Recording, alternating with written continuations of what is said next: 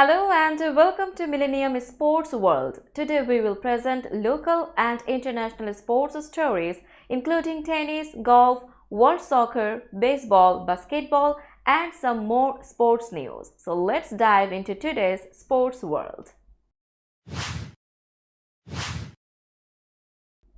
At first, let's have some tennis stories. Andy Murray added a second consecutive grass court title on the ATP Challenger Tour on Sunday, as the two-time Wimbledon champion continues his preparations for his home Grand Slam tournament. The former number one followed up his win at Surbiton last week by beating Frenchman Arthur Cazaux 6-4, 6-4 in the final of the Nottingham Open. The 36-year-old Murray withdrew from the French Open to prioritize Wimbledon and has now won 10 straight matches on grass on the second-tier Challenger Tour. He is set to rise to number 38 in the rankings on Monday, his highest since returning from two hip operations in 2018 and 2019. He now has a chance to be seeded in the Wimbledon draw if he has another strong showing at Queen's Club next week, where the likes of Carlos Alcaraz, Matteo Berrettini and Holger Rune will also be playing. Murray became the first British man since Fred Perry in 1936 to win Wimbledon when he lifted the trophy in 2013 and added a second title in 2016, but he hasn't been past the third round since returning from his hip surgeries. This year's Wimbledon starts July 3.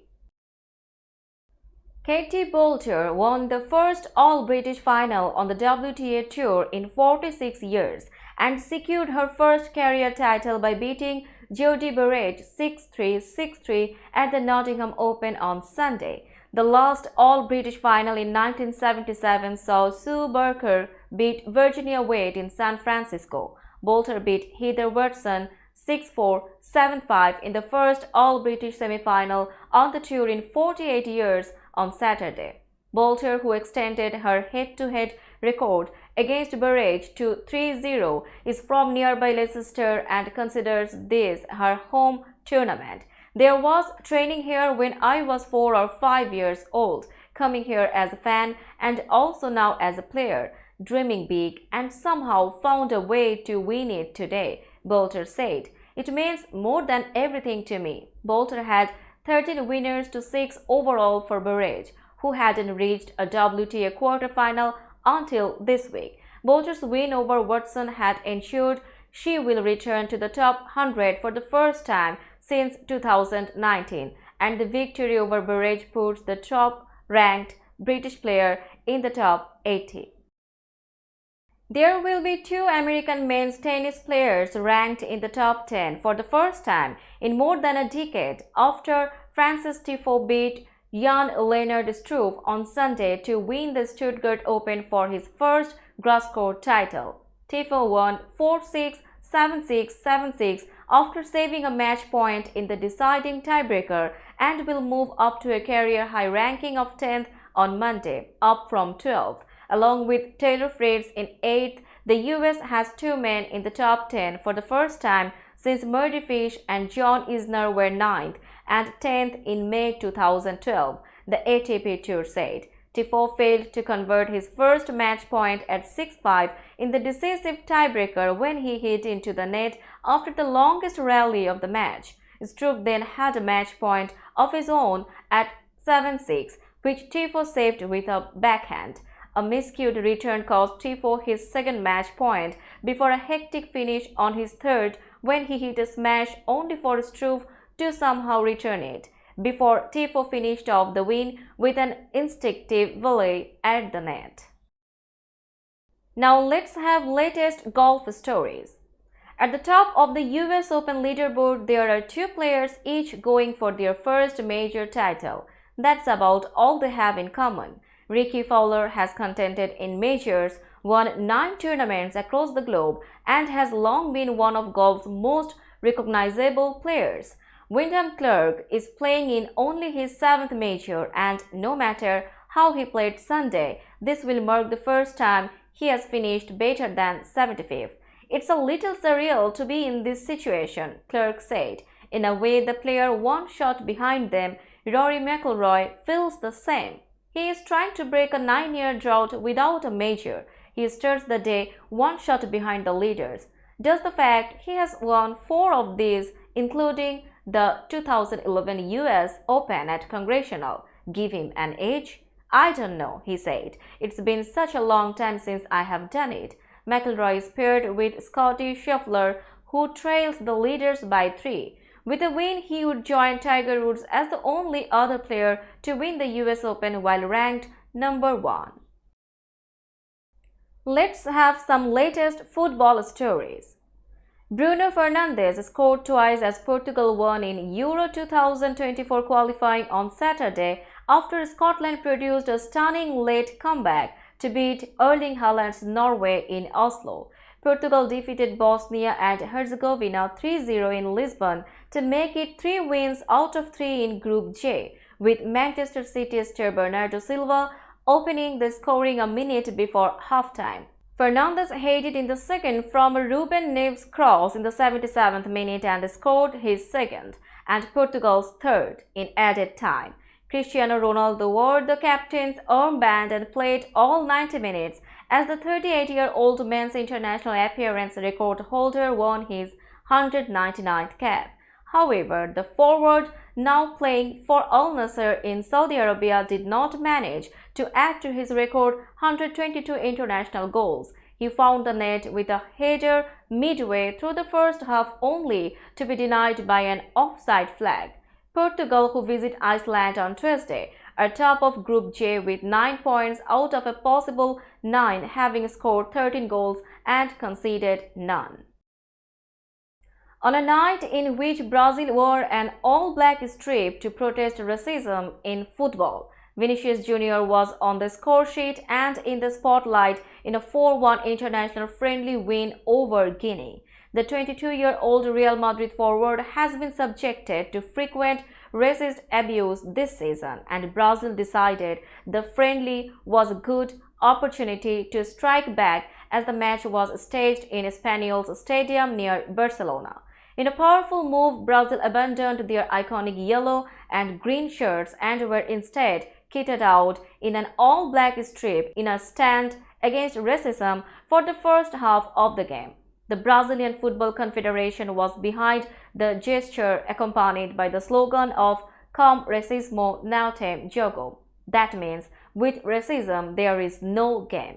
Vinicius himself, wearing the number 10 shirt, got on the scoresheet with an 88th minute spot kick, by this time kitted out in Brazil's usual colors. Manchester United are set to make Marcus Rashford the highest earner at the club by almost doubling his weekly wages. The English international currently earns a basic salary of £200k a week, but the new offer from the club could make him the highest earning member of the squad, as the Red Devils are planning to swap his salary with David G, who makes £375,000 a week, according to The Sun.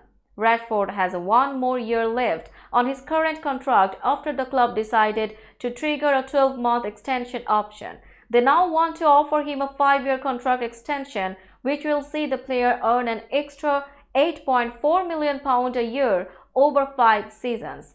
DG, on the other hand, is currently out of contract, and while the club is ready to offer a new deal, they want to reduce his wages to £200k a week from £375,000 a week. Now, latest NHL story.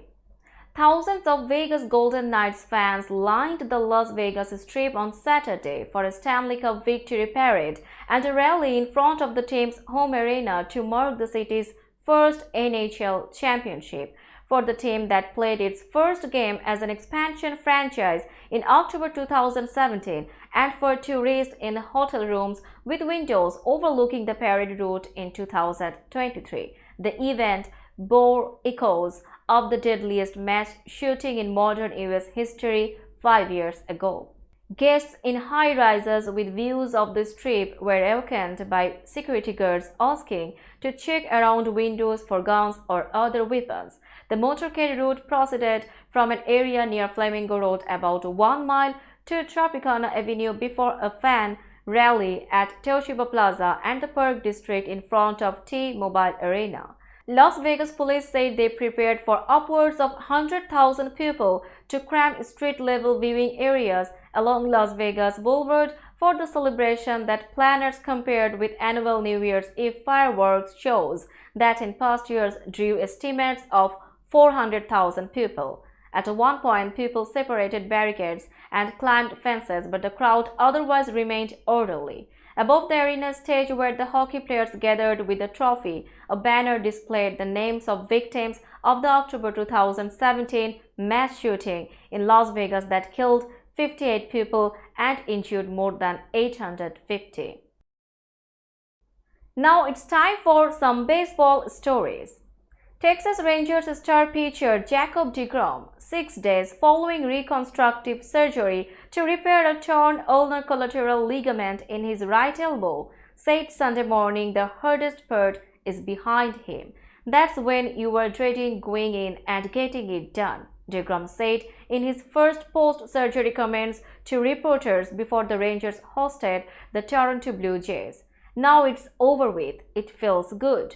Everything went well. I look forward to doing all the rehab stuff to get back out there. deGrom, who will turn 35 on Monday, said his goal is to return in August 2024. The typical recovery time after the operation, commonly known as Tommy John surgery, is at least 12 to 14 months. The operation was performed by Dr. Keith Mister, a Rangers team physician and one of the most sought-after orthopedic surgeons in pro sports.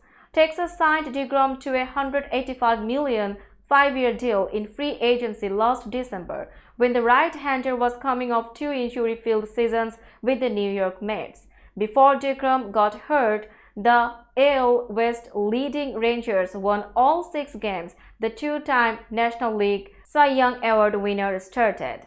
He last pitched against the New York Yankees on April 28, when he left early because of injury concerns for the second time in 3 starts. The 4-time All-Star had 45 strikeouts with only 4 walks in 30 and 1/3 innings. deGrom had the same surgery in 2010 while in rookie ball with the Mets. National League home run leader Pete Alonso returned to the New York Mets lineup on Sunday against the St. Louis Cardinals after spending the minimum 10 days on the injured list with a left wrist bone bruise and sprain. Alonso was expected to miss 3 to 4 weeks after he was hit by a 97 mph fastball thrown by the Atlanta Braves' Charlie Morton in the first inning on June 7. But Alonso, whose 22 homers are 1 fewer than Major League leader Shohei Ohtani, said he thought last week he would beat the timeline by a considerable margin. Happy that it responded well to treatment, Alonso said Sunday before the game. I feel excellent and I'm at 100% everything. If I'm at 100%, why wait? The stint on the IL was the second in Alonso's 5 seasons in the majors. He was sidelined with a sprained right wrist from May 21 to 31, 2021. The 28-year-old Alonso has missed just 28 games since reaching the majors in 2019. Now let's have some latest basketball stories.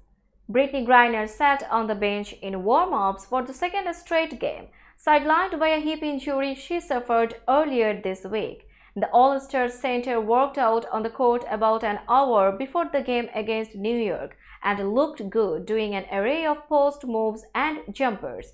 She told the Associated Press when she walked in the arena that she hoped to play. Instead, she sat on the bench cheering on her teammates, getting ruled out about 20 minutes before the game started after being listed as questionable on the injury report.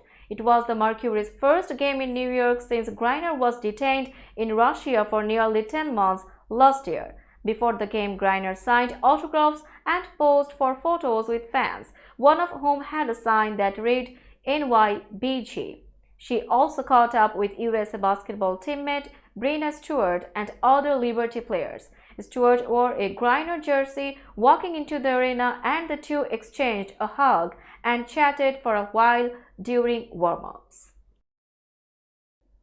West Virginia basketball coach Bob Huggins has resigned a day after his arrest on suspicion of drunken driving in the latest incident in a Hall of Fame career that imploded quickly. The university announced the resignation Saturday night. It came a month after the university suspended him for 3 games for using an anti-gay slur while also denigrating Catholics during a radio interview. The 69-year-old Huggins lives as the third winningest coach all-time in Division I with 935 career victories, behind only Mike Krzyzewski of Duke and Jim Boeheim of Syracuse, both of whom are retired.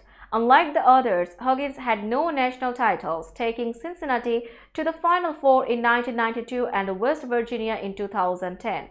Huggins had 16-year stints each with the Bearcats and Mountaineers. Both ended in the aftermath of arrest for drinking and driving. Huggins was charged with driving under the influence on Friday night after his SUV had stopped in the middle of traffic in Pittsburgh with a shredded tire and the driver's side door open at about 8:30 p.m.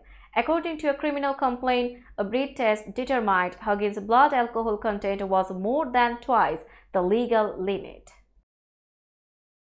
Lou Williams announced his retirement from the NBA on Sunday, ending a career after winning the league's Sixth Man Award 3 times and scoring more points off the bench than anyone in history. Williams played for 6 teams: Philadelphia, Toronto, the Los Angeles Lakers, Houston, the Los Angeles Clippers, and Atlanta. He last played in the 2021-22 season with the Hawks. Out of 1,123 regular season games played over 17 seasons, Williams came off the bench in 1,001.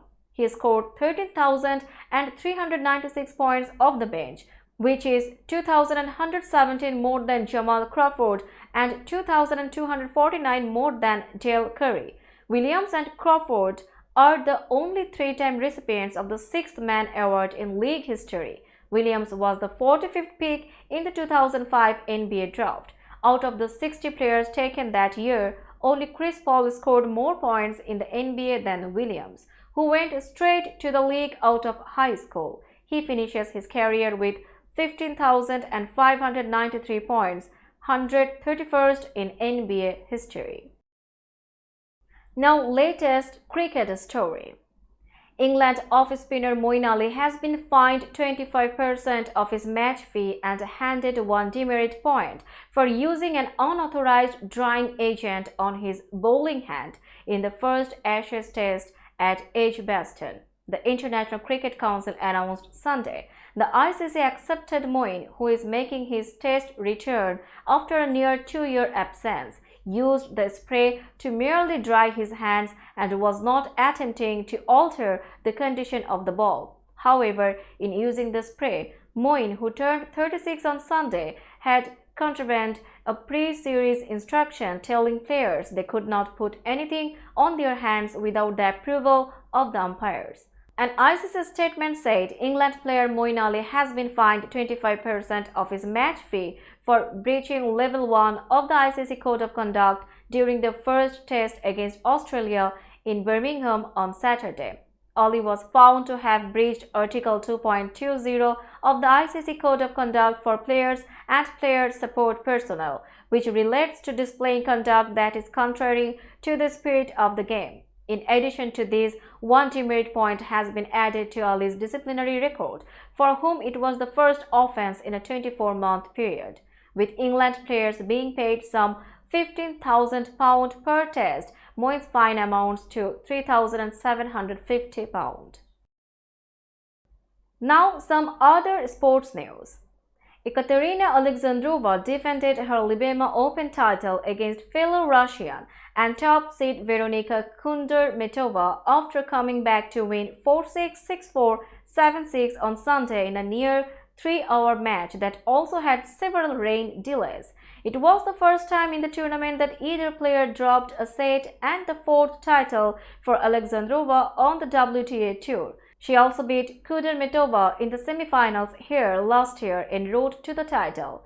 The number 4 seeded Alexandrova slumped to her knees when Kudermetova sent the last shot of the game into the net after a match that lasted 2 hours 52 minutes, not counting 2 rain delays. The start of the match was also delayed by an hour because of rain.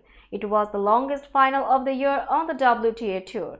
Kudermetova won her only WTA singles title in 2021 at Charleston and has now lost 4 finals since. She has ranked 14th, 12 spots higher than her Billie Jean King Cup teammate Alexandrova. 2 days after the death of Gino Medler from injuries suffered in a crash at the Tour de Suisse, Matthias Skjelmos dedicated his race victory Sunday to the Swiss rider. Skjelmos maintained his lead in the overall standings and finished just 9 seconds ahead of 20-year-old Juan Ayuso, who was fastest in the closing time trial. "I wanted to win for Gino. I think everyone today raced for him," he said. Medler went off the road and crashed down a ravine on a fast descent near the end of Thursday's mountainous 5th stage. He was airlifted to a hospital. The 26-year-old Swiss rider's death was announced less than an hour before the scheduled start of Friday's stage, which was cancelled. On Saturday, 3 teams including Medler's Bahrain victories declined to continue, and the stage was raced as a tribute to him. Ayuso won the 25.7-kilometer time trial Sunday from St. Gallen to Abbeville after briefly holding a virtual lead over Skjelmos. Ayuso finished 8 seconds ahead of Remco Evenepoel and 9 seconds quicker than Skjelmos. Evenepoel moved up to 3rd place overall, and at age 23, the Belgian world champion was the oldest rider on the podium. The 8-day Tour de Suisse is one of the last preparation races for next month's Tour de France. That's all in today's sports world. Keep watching Millennium Sports World for latest sports update. Millennium TV US and Millennium News 24 network is transmitted and available to be watched free for all TVs such as Sony, Samsung, LG, Roku TV, Amazon TV, and Apple TV, and also in all European countries and Australia available with Sky Network, Worldwide Jago TV, Radiant IPTV, Worldwide Jago BD Network, and Horizon Satellite globally. Stay connected with us for all types of informative and entertainment program. Thank you.